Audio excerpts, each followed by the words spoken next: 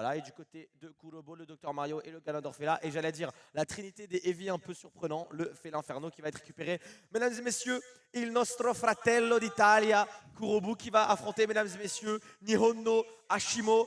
Italie contre Japon. C'est parti, mesdames et messieurs. Espérons qu'on n'aura pas encore un 3-0 et qu'on aura un peu plus d'adversité. On commence, mesdames et messieurs, avec Ryu contre Félinferno. Alors évidemment, l'avantage de Félinferno, c'est son down B forcément qui peut lui permettre de sortir des combos. Néanmoins, quand on est quelqu'un comme Hashimo qui connaît aussi bien les combos de son personnage, est-ce qu'on va vraiment aller overextend contre Félinferno? Le truc, c'est que ça vaut dans les deux sens. On a aussi le focus en face côté Ryu pour pouvoir sortir des combos de Félinferno. Bon, même s'il en a un petit peu moins le bon lion. Le chaton. Le chaton, ça me va. Aïe aïe aïe, oh le regrab qui a failli être violent, on a tenté la punition côté Hashimo, mais la SDI est macabre côté Kurobu. On a démoli sa manette pour sortir de ce combo et il en est parvenu. On est en train de beaucoup jouer en tout cas avec des sauts. Côté Kurobu, on a envie de l'inquiéter, up et out of shield également. Ce joueur italien est surprenant. Surprenant, très carré ici, il fait pas d'erreur, mais il est surtout, ouais, sa SDI était vraiment fantastique, fabuleuse. Par contre, on a quand même pris son 50% et on en a infligé 61 seulement côté sur Hashimo, tout simplement. Et le doc qui est sorti, le doc qui peut surprendre. Peut-être un perso qu'on voit un peu moins même au Japon. Qui sait? Ouais, il y a moyen. Ah si, Dr Mario. Ouais, doc, je sais pas. Hein, je crois que c'est Tsubo. Il y a un main Dr Mario qui est cherché là-bas. Ok. Je crois que c'est Tsubo. On parle des infos. Ça, mais il est vraiment chouette sur Dr Mario. Et en tout cas, on va trouver le grab into backer. Mais tu en as parlé tout à l'heure avec pertinence, l'autofocus qui permet de sortir des faux combos. Et on va même s'enorgueillir d'aller envoyer le Dr Mario hostage. Évidemment, un Dr Mario hostage, pardon, c'est un Dr Mario en danger. On va récupérer la position sur le terrain, on est en train de bourrer un petit peu de dégâts sur le shield. L'autofocus qui passe à travers le shield, donc il faut pas se faire surprendre. Pareil sur la pilule. Hashimo, s'il est bien connu pour quelque chose, c'est comme un peu tous les mains Shoto, j'allais dire, les Maeda, etc.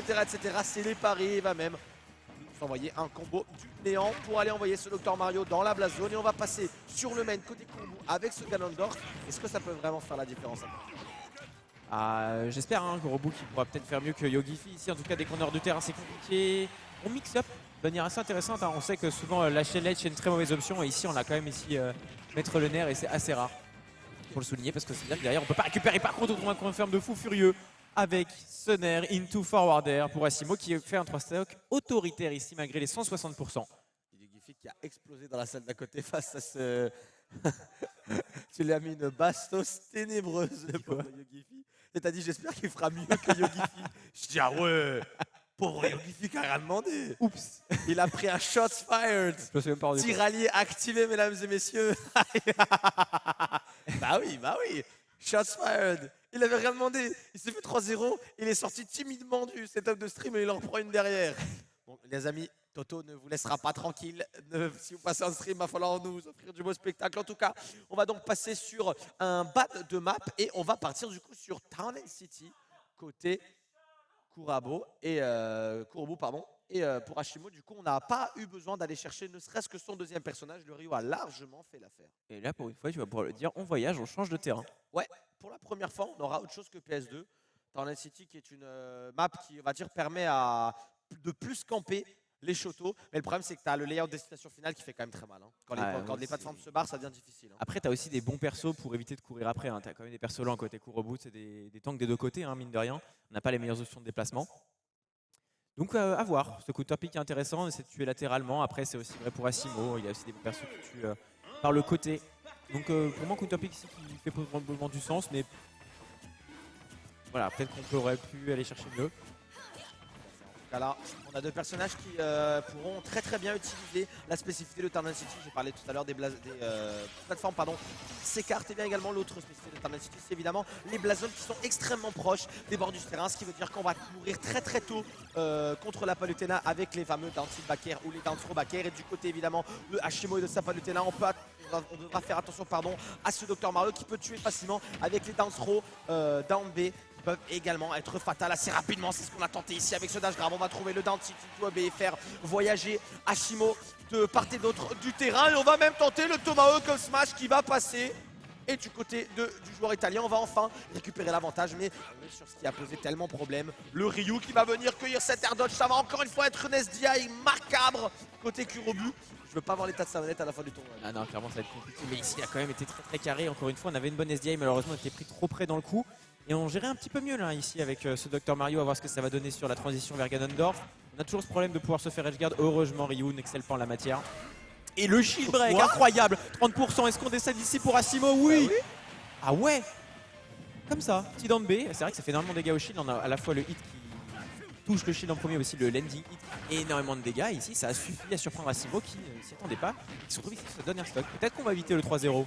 Ragazzi, Kurobu è qua, non può ridere, non per ridere, mais il y en a un autre qui rigole pas. C'est Hashimo qui vient s'enorgueillir d'un spike monumental face au Galandorf de Kurobu. Il a été mené d'une stock complète et s'est rattrapé si rapidement pour le joueur japonais qui a été piqué dans son ego. Attention également au coup de Terry. Attention également, ce spike qui aurait pu passer, on va toucher avec la Legend Box Junior. Va falloir essayer de trouver un down, c'est un lèche peut-être côté Kurobu. Non, on va tranquillement laisser ce Terry s'en sortir avec un double saut, mais la situation était très tendue, Toto.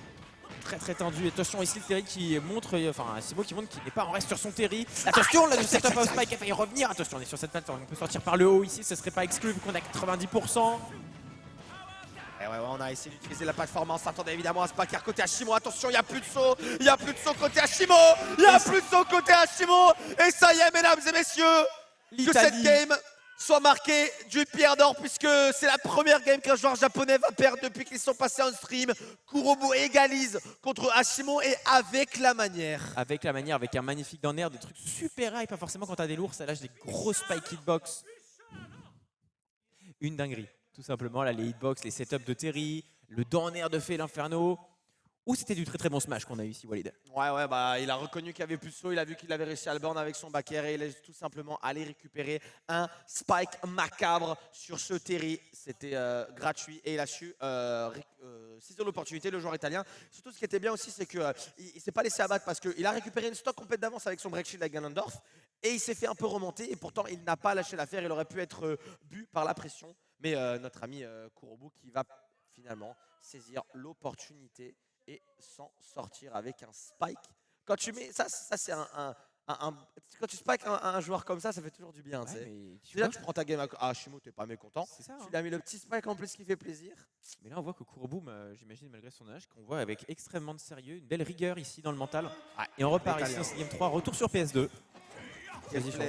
Gameplay allemand mais italien, Mannschaft, Squadra Azzurra, on joue de manière chirurgicale côté Kurobu et cette fois du coup on va avoir une nouvelle fois le Dr Mario contre le Ryu. On va repartir sur PS2, la map qui avait profité aux joueurs japonais tantôt. On va aller mettre un peu la petite pression sur le down air ici, un petit peu trop agressif, on va trouver ce double back air. La Rico qui a été précipitée côté Asimo mais on s'en est pas sorti côté Kurobu, on a préféré la jouer safe et néanmoins on va quand même toujours être enfermé au lèche, ça y est, on va quand même s'en sortir avec le petit médicament qui, bon même si Asimo est très fort en Paris, le médicament est quand même très fort dans ce match-up. Ah, il a l'air d'être fort par contre côté Asimo, dès qu'on a réussi à rentrer dans la défense du Dr Mario, ça lui a fait défaut jusqu'alors. On trouvera ce petit up B out of shield pour dire repousse, allez, oust Asimo. On se tourne un peu autour, la pilule, est-ce qu'on peut trouver cette exchange sur la plateforme? Non. On se tourne un peu autour par contre, on verra piffer un smash. Et on récupère. Oh, il faut les sitôt. On a pris le début du combo à 80%, 113 pour Asimo. Et avec la rage, ça va faire le café ici. Dr Mario qui va s'envoler vers la blast zone du haut. Pour être lourd, les combos de Shoto avec autant de rage, ça ne pardonne pas. On va mettre beaucoup de pression dans le shield et on va évidemment aller chercher la spot dodge côté à Kurobu. On a été peut-être un petit peu trop naïf de penser que ça allait passer. Très bon ici, légèrement biffy ce B qui a permis de récupérer Hashimo ici. Moi, ce que j'allais dire, côté Kurobu, je m'attendais à ce qu'ils sachent que l'adversaire voulait spot dodge. Genre les Shoto, ils aiment énormément spot dodge dans ce genre de situation. Et on sait qu'il allait laisser le smash chargé pour aller tranquillement aller punir du coup la spot dodge, mais ça n'a pas été fait. Et pendant que je parle théorie, il y en a un qui fait parler la pratique, c'est Hashimo qui vient même aller punir le Ganondorf et le récupérer avec une très belle edgeguard. Et désormais on doit repasser par le Fée l'Inferno qui avait montré de belles choses lors de la game 1 et même lors de la game 2. Normalement on est quand même à 2 stocks de retard maintenant. La Absro devrait tuer normalement, oui ce sera fait. Et on va avoir du coup la stock complète de retard à remonter côté Kurobu et en plus on est sur un match-up bien dégueulasse. Palutena Fée l'Inferno. Il va falloir aller chercher de la bonne raid ici pour Kurobu. Si on veut remonter, on prendra des début de taxe. Attention, le grab ici, est-ce qu'on peut aller chercher plus? Non, on va trouver la douille côté Asimo. Il est sûrement ce dans air ici sur l'air dodge. Potentiel de Kurobu. Il est patient double dans le tilt, ok, intéressant. 82%, on ne lâche pas son avantage ici pour Asimo qui pousse un peu plus encore. Le chat dans ses retranchements, 3%. Ouais, bah il utilise beaucoup la late hitbox du nerf pour aller mettre la pression et c'est d'inquiéter un peu le shield. On n'utilise pas trop le side B, donc on conditionne Hashimo, c'est ce que je vais dire, à shield. Et lorsqu'on va l'utiliser, bah, on arrivera normalement à surprendre le joueur japonais. Les frappons de la Palutena et forcément c'est très difficile puisque bah, Fée l'Inferno ça n'a pas 36 options pour revenir. Néanmoins très beau mix-up de la part du joueur italien, mais est-ce que ce sera suffisant? Ah, ça va vraiment compliqué parce que comme tu disais, on essaie de conditionner, mais est-ce que tu peux te permettre de conditionner quand l'adversaire a encore un personnage derrière et que tu es déjà à 138%, tu prendras le down tilt et tu prendras le forward air. Et c'est la game numéro 3 qui est validée du coup par Asimo. Tout à fait. On va récupérer la victoire qu'on avait aussi eue sur Pokémon Stadium 2. Et ouais, il y a eu un petit peu cette difficulté. Hein, le Rio, malheureusement, qui a fait trop mal à ce Dr Mario et qui a permis à Hashimo de prendre un avantage conséquent. Et lorsqu'on laisse un joueur aussi fort sur son personnage trop longtemps dans ce mode de jeu, ça fait extrêmement mal. Le fait Inferno qui montre à la fois des belles choses. Hein, on a vu du bon conditionnement, mais tu l'as dit, ça n'était pas suffisant. Le retard était malheureusement déjà un petit peu trop creusé de la part du joueur japonais. Et on va donc avoir un counter pick. Est-ce qu'on a banni Tennessee, la map sur laquelle on a perdu tout à l'heure? Oui. Et du coup, on va partir sur Smashville, une map beaucoup plus petite et qui est assez compréhensible parce que en vrai, Smashville, ça va pas trop l'avantager non plus Kurobu parce que c'est une map qui est très petit. Donc ça veut dire que quand tu vas monter les pourcents, tu vas très vite être envoyé off stage. Et avec Félin, avec Dr Mario et avec Galandor, tu n'as pas du tout envie d'être envoyé off stage. Mais néanmoins, peut-être qu'il a envie d'avoir un stage plus petit pour mettre plus la pression. C'est possible aussi. Pas sûr, c'est déjà lui qui avait des projectiles avec la pilule. Peut-être un peu mieux pour Palutena, effectivement. Mais comme tu l'as dit. Il a gagné sur Town, donc il a gagné sur une map qui était quand même très grande, tu vois. Là, hors du terrain. Peut-être qu'en fait, on se dit, ouais, mais en fait, le buff, c'est pas Town, c'est pas la map. C'est Animal Crossing. C'est possible. Peut-être qu'on a envie que le kéké derrière, ou je sais plus c'est quoi son nom, vienne nous jouer une petite musique. En tout cas, il faudra que la partition de Kurobu soit impeccable et pas de fausses notes si on veut emmener le joueur japonais en game 5. Et déjà Asimo qui fait parler une agressivité très très forte. Petit up out of shield à la manière d'un Captain Falcon. On va revenir tranquillement côté Kurobu, mais attention, c'est ce qu'on en parlait tout à l'heure. Malheureusement, un seul coup était très vite en voyant les straps ou off stage, et c'est là où Asimo a extrêmement brillé. Espérons que ce choix de map ne soit pas trop létal pour le joueur italien. La pression qui va être mise, hein. Forcément Galandor, c'est assez effrayant. Ce landing Nair qui est peut-être le seul très bon coup de Galandor, c'est le Nair en vrai. Hein. Nair, c'est vraiment un outil solide, hein. Ça sort relativement vite, ça a 2 coups, ça couvre bien, pas trop de lag en landing. Par contre, ici on prendra le backer d'Asimo qui, malgré la grande map, va tuer relativement tôt. Rien par le point d'un Ganondorf, mais c'est vrai que c'est un coup qui est dévastateur. Ouais, on a les combos, les enchaînements, Philippe, Asimo, et qui vient ici nous montrer une très bonne connaissance de ses confirmes, peu importe où il te touche. À partir du moment où il t'a touché, il aura un confirme qui mènera à la stock. Bientôt, on aura la très bonne air de Jessie pour empêcher de prendre le deuxième hit. Maintenant, côté Kurobu, on se voit un petit peu, j'allais dire, obligé de tenter des grosses reads comme ça avec des down air, avec Dub Smash. Mais ça ne passe pas. Asimo qui fait parler ses coups de poing avec un combo de percute sanglant. On va tranquillement remonter du côté de Kurobu, mais c'est très dur hein, puisqu'on a malheureusement un peu trop de stock, de pourcentage de retard. Néanmoins, la rage lui permet de tuer avec cette back throw. On a 105% de retard. On l'a dit tout à l'heure, hein, le match-up fait l'Inferno Palutena, c'est très dur pour faire l'Inferno, puisque surtout quand il est à haut pourcent, il est obligé de Rico avec son up B et le up smash couvre absolument tout. Même dans des shots de grande map, on a la rage. Ouais, tu l'as dit, avec la back throw pour l'envoyer off stage, c'est compliqué. Hein. C'est compliqué, par contre, on peut vraiment surprendre ici Asimo. Par contre, la back cross qui peut être compliquée. Est-ce qu'on survit? Oui, cette fois-ci, on fera pas l'erreur de dodge. Par contre, ça veut dire qu'on va être beaucoup plus linéaire sur cette recovery. Et malheureusement, on n'arrivera pas à attraper le bord du terrain face à la pression appliquée d'Asimo pour la couverture d'options. Ça lui sera létal ici.